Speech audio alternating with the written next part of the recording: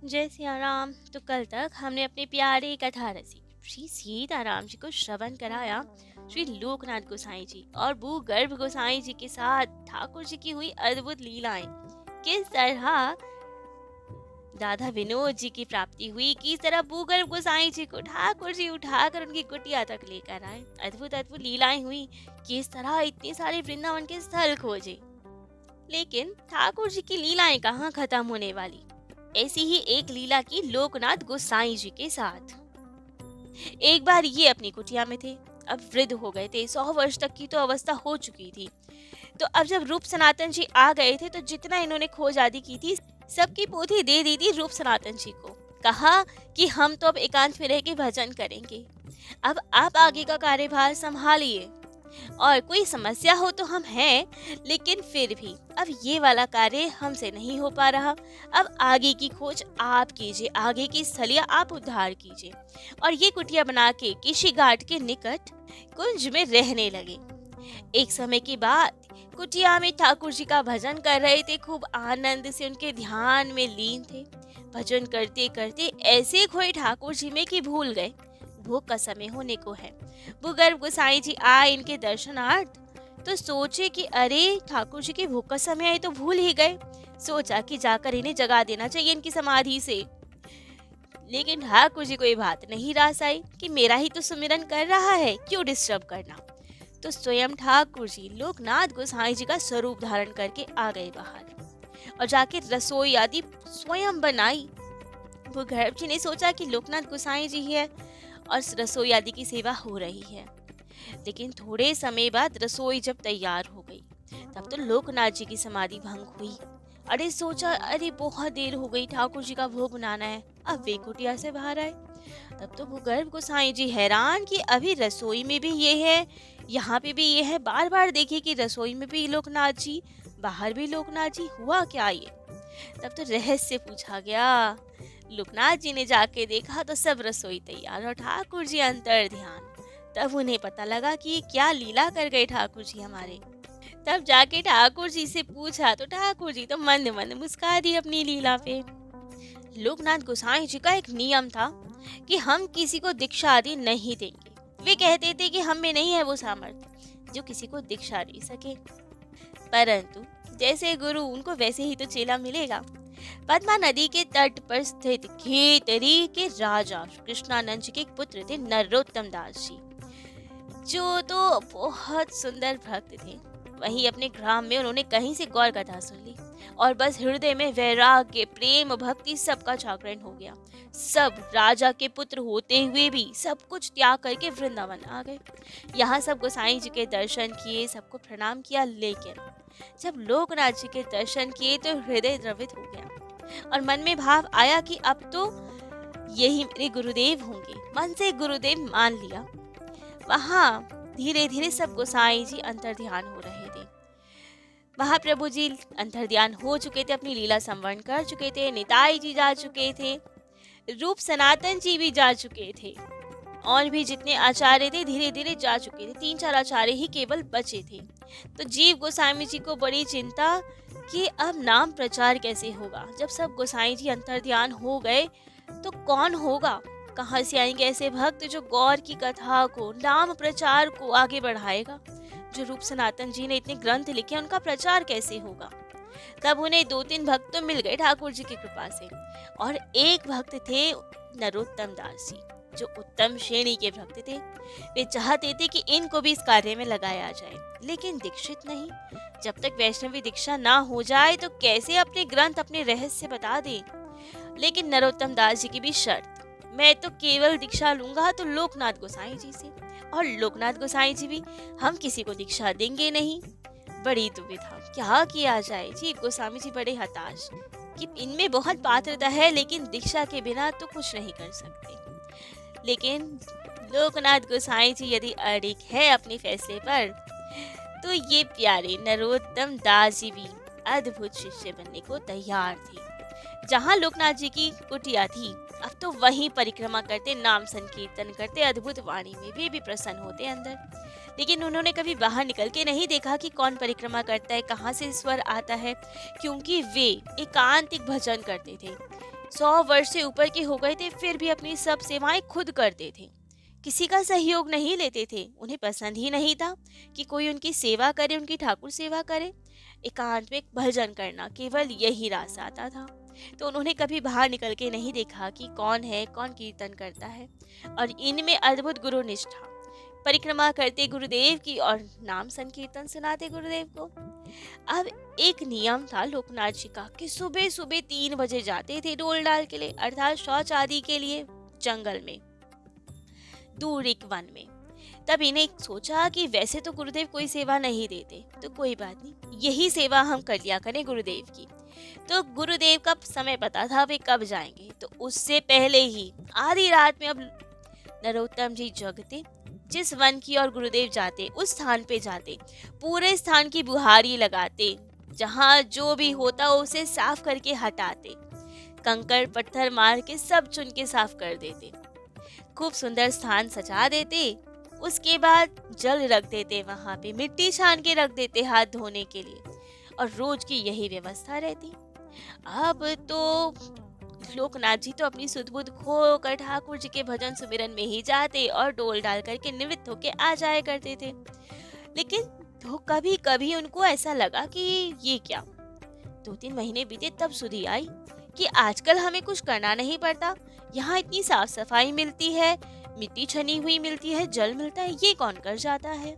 सोचा कि कोई बात नहीं, कोई होंगे, कोई यहाँ आते होंगे जंगली लोग, या कोई कर देते होंगे, ब्रिजवासी होंगे, कोई मथुरा से, जो भी है कर देते होंगे, कोई नहीं ध्यान दिया। महीनों बीते, 1 साल हो गया, तब इन्हें लगा कि नहीं, कोई तो है जो ये सेवा करता है, सब जगह साफ कर देता है, मार्ग में कंकड़ पत्थर तक नहीं होते, मिट्टी छनी हुई रखी होती है, जल होता है, तो ये है कौन जो सेवा कर जाता है।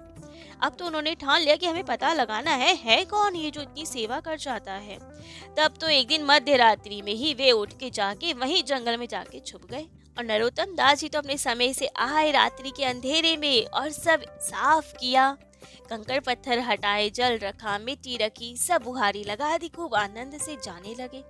तभी ये पेड़ के पीछे से आए और पूछा, कौन हो तुम। अब तो लोकनाथ जी डर गए, हाथ से बुहारी छूट गई कि आज तो गुरुदेव को पता लग गया, सेवा छूट जाएगी हमारी। उन्होंने अब दीपक जला के देखा तो अरे तुम हो। जानते तो थे, कभी कभी तो देखा ही होगा कि ये तो राजा का लड़का था। तुम ये इतनी नीच सेवा करते हो हमारी, शौचालय वाले स्थान को साफ करते हो, मल मूत्र हटा के रखते हो वो साफ करते हो, इतना कार्य करते हो, आज तक बताया भी नहीं। तब तो वे रो पड़े, गुरुदेव आपके अलावा कोई नहीं है हमारा, आप ही की सेवा करनी है, जीवन केवल आपको ही समर्पित करना है और कहीं नहीं जाएंगे हम। आपकी सेवा को छोड़कर, आपको छोड़कर, कृपा कर अपनी सेवा ना छुड़वाइएगा। अब तो लोकनाथ जी भी द्रवित हो गए। 100 वर्षों का जो नियम था, किसी को दीक्षा नहीं देंगे, आज वो नियम भी तोड़ना पड़ा ऐसे भक्त को देखकर। कहा जाओ स्नान करके आओ।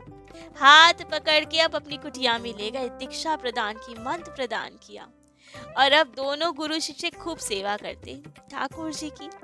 नरोत्तम जी अपने गुरु जी की खूब सेवा करते, खूब आनंद रहता, उन्हें मना नहीं कर पाते ये सेवा करने से। अब एक समय के बाद अपने गुरुदेव के चरण दबा रहे थे, लेकिन जाने हृदय में क्या भाव आया, रो पड़े, खूब रोए, अपने गुरुदेव के चरणों को अपने हृदय से लगाया और रोने लगे। अब जब आंसू प्रेम जल उनके चरणों पे टपका तो उन्हें पता लगा, अरे नरोत्तम तुम रो क्यों रहे हो, क्या कष्ट है। तब तो कहा, गुरुदेव आपने तो मुझ पे बहुत कृपा की, मुझे अपनाया, ठाकुर जी के शरण में पहुंचाया, लेकिन मैं सर्वथा अयोग्य हूँ, आपकी कृपा के लायक नहीं हूँ। अब इतना रोता देख के तो सर पे हाथ फेरा कि हुआ क्या, क्यों इतने व्यथित हो। कहा, गुरुदेव आपको दिन रात श्री राधा माधव का लीला चिंतन होता है, उनके प्रेम रस में भीगे रहते हो आप, और कहा मैं नीच विषय जीव, मुझे कोई अनुभव नहीं होता, आपका शिष्य कहलाने लायक नहीं हूँ। सब जगह आपकी हंसी होगी, आपका शिष्य कैसा है, गुरुदेव इतने महान लीला चिंतन में रहते हैं, मुझे तो कोई अनुभव नहीं है, कुछ नहीं होता, कोई भक्ति ही नहीं हृदय में। तब तो गुरुदेव ने आज अपने शिष्य को अपने हृदय से लगा लिया और कहा, तुम्हें भी होगा। परिचय दिया कि ठाकुर जी की नित्य निकुंज में क्या सेवा करते हैं, कौन सी है सखी ये। और फिर अपने चरण नरोत्तम जी के सिर पर धराए और चरण रज मिलते ही अब नरोत्तम जी के भी हृदय में सब लीला स्मरण होने लगा। उनको भी सब लीलाएं दिखने लगी। अब तो दोनों गुरु शिष्य बेसुध होके ठाकुर जी की लीला ध्यान में मगन रहते, ठाकुर सेवा करते, रोते रहते दिन रात। कुटिया में ही खूब आनंद रहता, सदैव राधा माधव के ध्यान में रहते। लेकिन अब समय था विरह का। जब जीव गोस्वामी जी को पता लगा कि वैष्णव हो गए, पात्रता मिल गई, इन्हें कृपा हो गई गुरुदेव की, तब तो आए इनके गुरुदेव के पास। तब नरोत्तम जी कुटिया पे नहीं थे और जीव गोस्वामी जी ने लोकनाथ जी से कहा, नाम प्रचार के लिए हमें नरोत्तम जी की आवश्यकता है। सब गोसाई जी अंतर ध्यान हो चुके हैं, महाप्रभु जी जा चुके हैं, लेकिन ग्रंथों का प्रचार कैसे हो, भक्ति का प्रचार कैसे हो, तो इनकी आवश्यकता है हमें। उन्होंने भी, गुरुदेव ने भी, लोकनाथ जी ने भी जगत कल्याण के लिए अपने शिष्य को देना स्वीकार किया, जबकि उस समय 104 वर्ष के हो गए थे वे। कोई बात नहीं, आप ले जाइए, ठाकुर सेवा ज्यादा जरूरी है, नाम प्रचार ज्यादा जरूरी है। हमारे महाप्रभु ने भी तो किया, उन्हीं की परंपरा आगे बढ़ानी है। तो अब जैसे ही ये आए नरोत्तम जी और गुरुदेव ने उन्हें बताया कि बेटा तुम्हें जाना है नाम प्रचार के लिए, महाप्रभु की परंपरा को आगे बढ़ाना है, वे तो मूर्छित होके गिर पड़े। थोड़ी देर बाद चैतन्य की आ गया, पूछा गया तो बहुत रोए। गुरुदेव आपने तो कृपा की थी, सदा अपने साथ रखने को कहा था, हमें दूर क्यों कर रहे हैं आज, हमें त्यागिए मत। ऐसा कौन सा अपराध हो गया हमसे जो आज अपने से दूर करने वाले हैं आप? कृपा कीजिए, अपने से दूर मत किया कीजिए, मुझे कहीं जाने को मत कहिए, ऐसी आज्ञा ना दीजिए। तब तो गुरुदेव ही रो पड़े, अपने हृदय से लगा लिया और कहा, बहुत साल पहले मैंने भी ऐसे कहा था, महाप्रभु जी के साथ रहना चाहा था, लेकिन तब महाप्रभु ने समझाया था कि वे मेरे साथ सदा हैं, ध्यान में हैं, जिनसे आप इतना प्रेम करते हो वो आपसे दूर नहीं होते, आपके हृदय में होते हैं। और सच में सदैव महाप्रभु जी मेरे हृदय में मेरे साथ रहे, वैसे ही मैं भी तुम्हारे हृदय में साथ रहूंगा। लेकिन ये कार्य जरूरी है, नाम प्रचार जरूरी है, महाप्रभु का कार्य है, इसमें कोई त्रुटि नहीं हो सकती, तुम्हें जाना ही पड़ेगा। तब तो नरोत्तम जी बहुत रोए, अपने गुरुदेव के चरण पकड़ के रोए कि गुरुदेव ऐसी आज्ञा ना दीजिए। लेकिन जब गुरुदेव ने कह दिया जाना होगा तो अब जाना ही होगा। रोते रोते कहा, ठीक है गुरुदेव, कोई संबल तो दीजिए, जीवन आधार तो दीजिए, मैं जीऊंगा कैसे?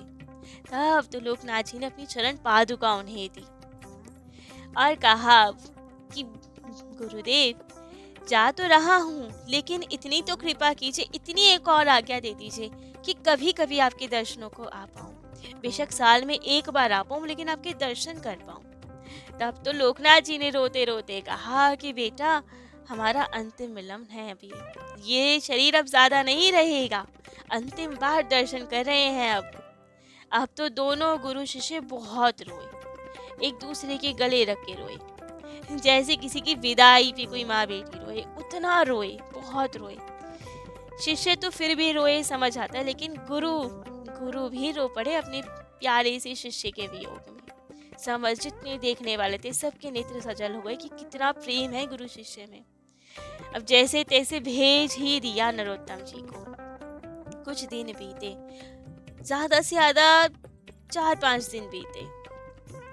ठाकुर सेवा कर रहे थे लोकनाथ जी, और आज तो रोते रोते गौरांग को पुकार रहे हैं, राधा माधव को पुकार रहे हैं कि अब शरीर से सेवा नहीं होती है आपकी और नहीं कर पा रहे, अब बस छुट्टी दो इससे, अब अपने पास बुला लो, अब और नहीं जिया जाता। अपने प्यारे शिष्य का विरह हो रहा है आज, राधा माधव की याद आ रही है, गौरांग महाप्रभु की याद आ रही है, खूब रो रहे हैं। तो बस गौरांग महाप्रभु आए, राधा माधव आए और लोकनाथ जी को अपने साथ ही ले गए। ऐसे अद्भुत गुरु शिष्य थे, शिष्य इतने उत्तम कि जीव गोस्वामी जी नरोत्तम जी को नरोत्तम ठाकुर कह के पुकारते थे, ठाकुर की उपाधि दी थी नरोत्तम जी को। इतने अद्भुत शिष्य और गुरु उनसे भी अद्भुत। कोई अपने गुरु के वियोग में रोए, यहाँ तो गुरुदेव अपने शिष्य के विरह में प्राणों का विसर्जन कर दिया। विक्रमी संवत 1645 श्रावण कृष्ण अष्टमी को नित्य निकुंज में प्रवेश किया। नित्य लीला में इनका नाम मंजुला मंजरी था। जिस प्रकार सखियों में ललिता जी के बाद विशाखा जी का नाम आता है, उसी प्रकार मंजरियों में श्री रूप मंजरी के बाद श्री मंजुला मंजरी का नाम आता है। स्वर्ण के जैसी इनकी शरीर कांति है वहां पे, और लाल लाल वस्त्र धारण करती है। नित्य निकुंज में श्री राधा माधव जी की वस्त्रों की सार संभाल करने की इनकी प्रधान सेवा है। तो ऐसे अद्भुत थे ये भक्त, श्री लोकनाथ गोसाई जी, श्री भूगर्भ गोसाई जी और श्री नरोत्तम ठाकुर जी। तो आज ठाकुर जी के हमारे प्यारे कथा रसी के ये प्यारे प्यारे भक्तों का चरित्र तो यहीं विश्राम देते हैं। कल अपने प्यारे कथा रसी को उनके अन्य किन्हीं दिव्य प्यारे भक्त का चरित्र श्रवण कराएंगे। आज के लिए इतना ही। जय जय श्री सीताराम।